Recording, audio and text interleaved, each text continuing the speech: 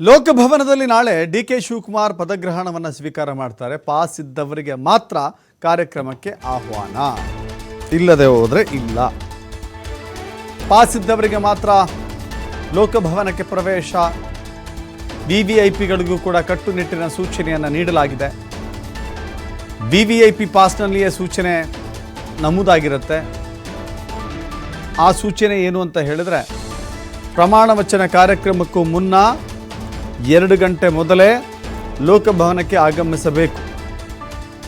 4 ಗಂಟೆ 5 ನಿಮಿಷಕ್ಕೆ ಕಾರ್ಯಕ್ರಮ ಜರುಗುತ್ತೆ ಅಂತ ಹೇಳಿದರೆ 2 ಗಂಟೆ ಹೊತ್ತಿಗಾಗಲೇ ಲೋಕಭವನದ ಎಂಟ್ರಿಯನ್ನು ಪಡೆದುಕೊಂಡಿರಬೇಕು. ಹಾಗಿದ್ದರೆ ಮಾತ್ರ ವಿವಿಐಪಿ ಪಾಸ್ಗಳ ವರ್ಕೌಟ್ ಆಗುತ್ತೆ. ಒಂದು ವೇಳೆ ಲೋಕಭವನಕ್ಕೆ ಎಂಟ್ರಿ ಕೊಡದೆ ಹೋದರೆ, ಇದು ನಾವು ತೋರಿಸ್ತಾ ಇರುವಂಥದ್ದು ಕಾಂಗ್ರೆಸ್ ಆಫೀಸು, ಕಾಂಗ್ರೆಸ್ನ ಕಚೇರಿಯ ಪಕ್ಕದಲ್ಲಿ ಇಲ್ಲಿಯೂ ಕೂಡ LED ಟಿವಿಗಳನ್ನು ವ್ಯವಸ್ಥೆ ಮಾಡಲಾಗಿತ್ತು. ಇದು ಬೇರೆ. ಲೋಕಭವನಕ್ಕೆ ಬರಬೇಕಾದ್ರೆ ವಿವಿಐಪಿ ಪಾಸ್ಗಳನ್ನು ತೆಗೆದುಕೊಂಡು ಬರಬೇಕು. ಅದಕ್ಕೂ ಕಾರ್ಯಕ್ರಮಕ್ಕೆ 2 ಗಂಟೆ ಮೊದಲೇ ಅಲ್ಲಿ ಉಪಸ್ಥಿತರಿರಬೇಕು.